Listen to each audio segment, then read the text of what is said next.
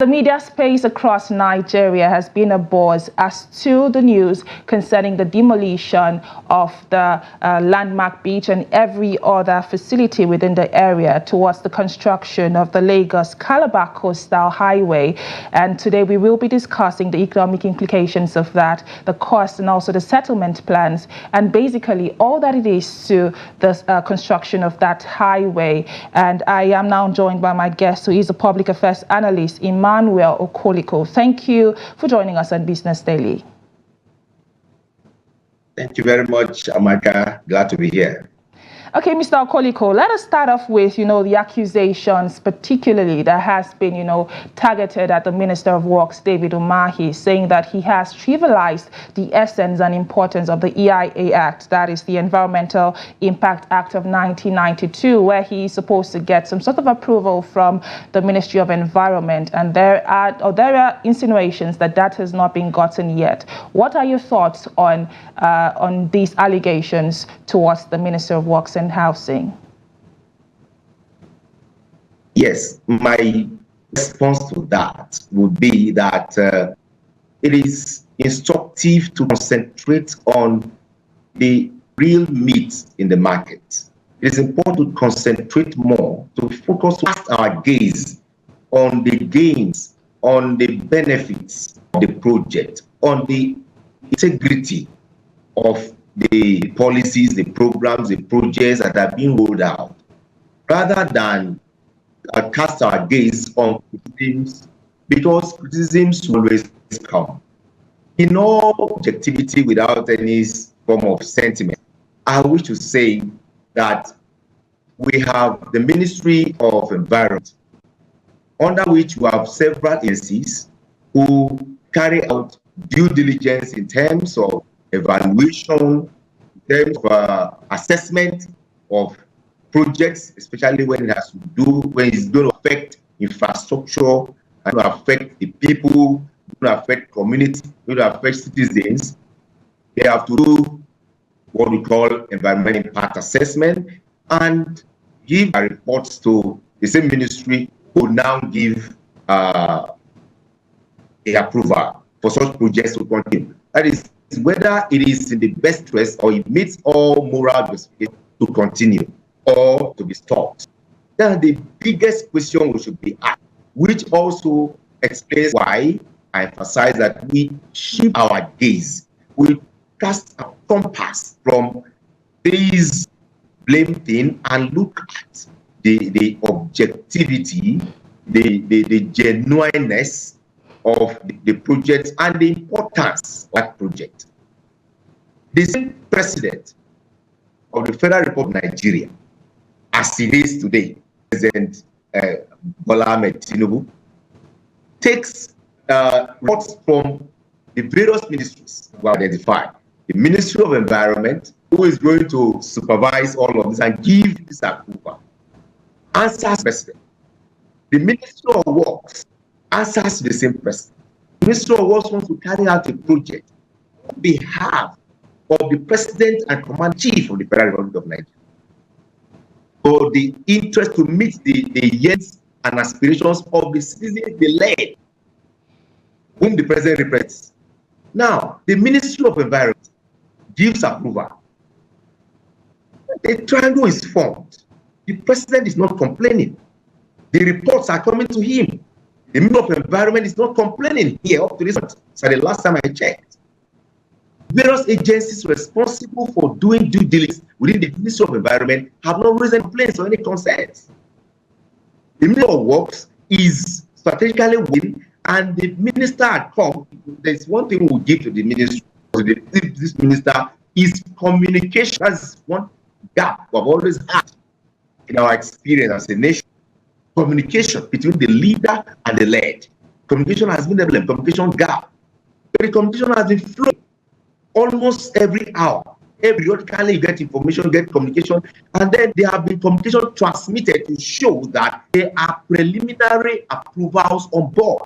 But the person of David Umahi, Honorable Senator, like we know from his antecedents as governor of Ebonyi State, I'm not here to brief for anybody.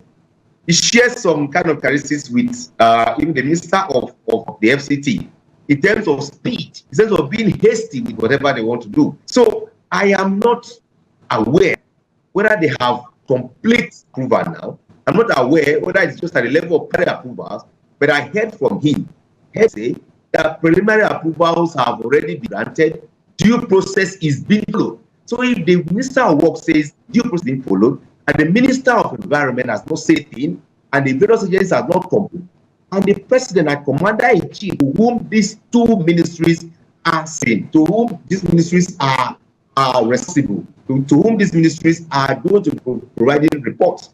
So they are reporting to this same man, and the man who wants to do this, this work is embarking on the project, is not complaining. Why are we running away from substance? Why are we running away from the original stuff, the main stuff that makes the meat in the market? So I would advocate that we cast our gaze on the actual.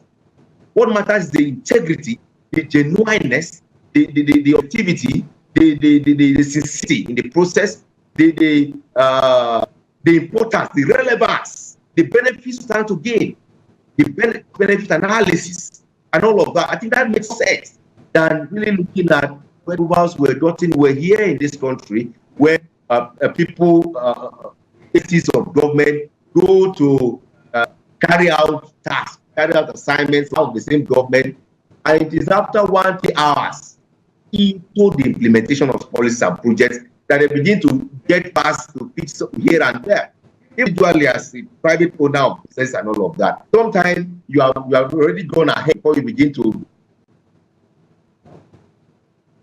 Well said there, Emmanuel Okoliko. Let's go on a short break. When we come back, the conversation continues. To stay. And this is still Business Daily, coming to you live on Trust TV. And just before the break, we were speaking to issues around the Lagos-Calabar Coastal Highway, the concerns around, compensation of owners of the land, as well as the cost to benefit ratio. I still have my guest, who is Emmanuel Okoliko, with me. Moving on now, Mr. Okoliko, I would like for us to, highlight the benefit of this highway. There has been a lot of conversations around whether Nigeria can afford that at this moment. Over 15 trillion naira will be allotted towards the construction of that road. And looking at the cost and benefit ratio, what are your thoughts on that? Yes, cost benefit analysis. Yes, it's important to punch a few benefits, of this project. This is a gigantic project, actually, and calls for a lot of expenditure. So costs come with it. But looking at benefit, this project, if completed, will enhance high-level connectivity. No project in the history of Nigeria, no road construction project in Nigeria is going to link different parts and different regions of Nigeria. As you know, we have cultural difference and various cultural divides here and there. But one thing that will unite us is that all of us are involved in business, all are involved in trading activities, all of us are involved in commercial and economic activities. But this is hampered to a large extent by road networks. It's hampered to a large extent by transportation needs. So by the time this project is completed, it's going to be a major breakthrough, a major catalyst to connectivity along the various lines, the villages, the rural areas, the urban centers, the towns, the cities, and various parts of Nigeria will connect, will link up. Definitely, this is going to link the northern and the southern hemisphere for economic activities, for commercial activities to bloom and blossom. Again, to link Nigeria as a nation now to the West African sub-region. You know that most of these nations have ports. By the time you construct this road, you're going to link Nigeria nation to the rest of Africa. We seem to have lost our guest there. Connectivity. Okay.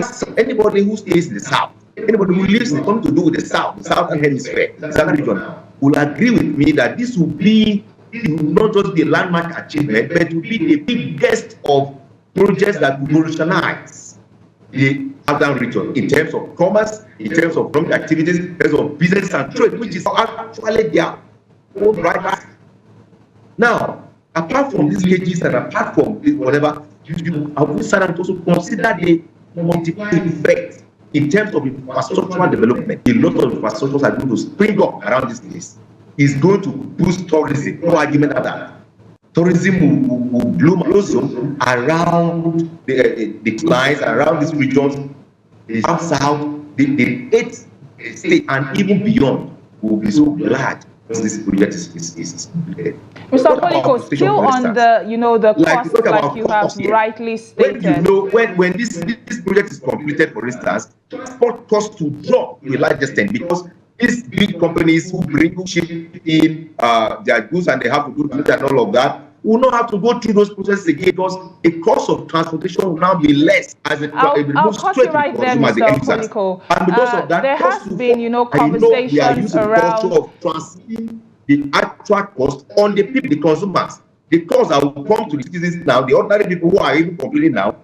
Mr. Okoliko, I'll cut you right there. Still on the cost, like you rightly stated, you made a mention of issues around, growing tourism in the south and in the southwest generally. There are also concerns around, losses of jobs, which we have already started to see, looking at the area where there are quite a number of beach resorts in the area. Speaking particularly about, the Landmark Beach Resort, I believe we saw a statement come from Landmark, and I quote, where Landmark stated that along the original 1.5 kilometer coastal road route, which passes through the Water Corporation road median, there are no permanent structures whatsoever. What Landmark was basically trying to say that there are alternative spaces that could have been used, instead of the part where demolition has started. What are your thoughts on, the amount of job losses that we do expect to see come from this road construction? Yes, I would draw an example from the trend in artificial intelligence right now. For instance, the way things are done in the past, from the way it's done right now. As we speak, artificial intelligence is taking over the operations of almost every sector, especially in academics today. Now, for an old professor who read through the analog and read through books, wake up this morning and expect that things will be done the same way it was done that time, will be seat. Now we come back to history. This place, this project we're discussing here, is a project that we've had for decades. And we must factor in the fact that different individuals, different governments, different ideologies and different backgrounds are now coming up from where it has always been lying. And at this point, strategically, whether you like it or not, when such a strategic move comes on board, disruption will come up. Displacement, dislodgements are inevitable. There will definitely be gainers and losers. What is important is the rest of the government. So it is not the place of a property owner who is trying to speak from the angle of what he feels at a particular point in time with reference to government action, that we should be in judgment. A very sound judgment would be to hear from sides. And from both sides, when the national interest, the individual interest is subservient to the national interest. The expert, who is the Minister of Works, we know him as an expert, we know him as a professional.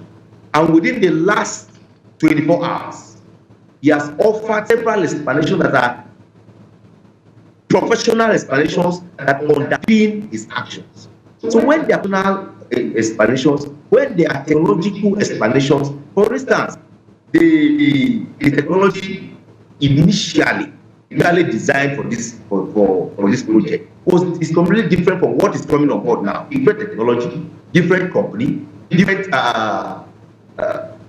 requirements are coming on board. So when we listen to the man who is crying at the moment, he is the winner. So we must be very careful. A wise man said, while trying to make the weak strong, do not make the strong weak.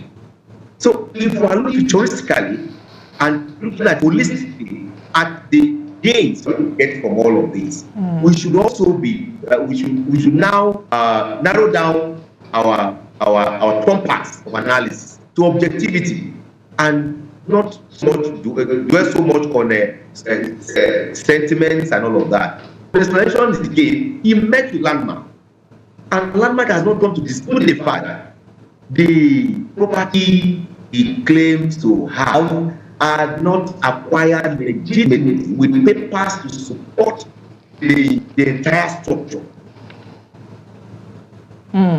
Okay, let's now touch on, the compensation. Yesterday, we did hear from the Minister of Works, David Umahi, that he will be, releasing as much as over 2 billion naira for owners of the property that will be demolished in the course of the construction process. Let us talk to how we can ensure, I don't think he has just made the pronouncement, but I saw that openly, publicly, compensation has already started. Yeah, compensation has started. About 2 billion naira to be given to property owners. In 1 minute, Mr. Okoliko, I would like for you to speak to how this can be done, in a transparent manner where there is accountability at the end of the process. What are your recommendations for that?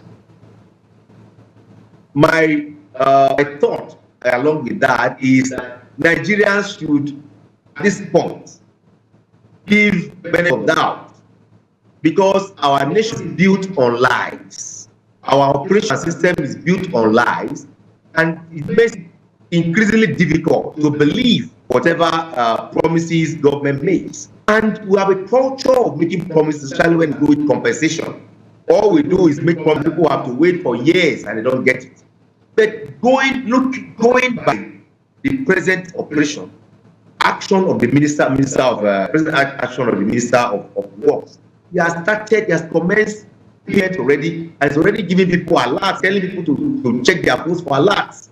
So I wonder which better model we are going to suggest to guarantee transparency, because like I said, the baseline, Nigeria are tired of promises and they have lost faith completely in leadership. That's why it is not easy for Nigerians to believe that when government says we pay compensation, they will pay. The minister has started on a very good note, and we encourage him to continue to do it publicly. Publicly, he came all out, announced the names of and he's sorry. He already worked the schedule. Well, thank you very much, Emmanuel Okoliko, who is a public affairs analyst. Thank you for your insight on Business Daily this morning. Thank you very much, Emmanuel Okoliko, for your insight on the program today. And this is where we draw the curtains on today's edition of Business Daily, coming to you live on Trust TV. Join the conversation on social media and let us hear from you. What are your thoughts on what has been done so far in terms of compensation, and how do you recommend, is the best way this compensation should be carried out in a way that it's transparent for Nigerians? My name is Chiamaka and Enendu. Thank you for watching, and bye for now.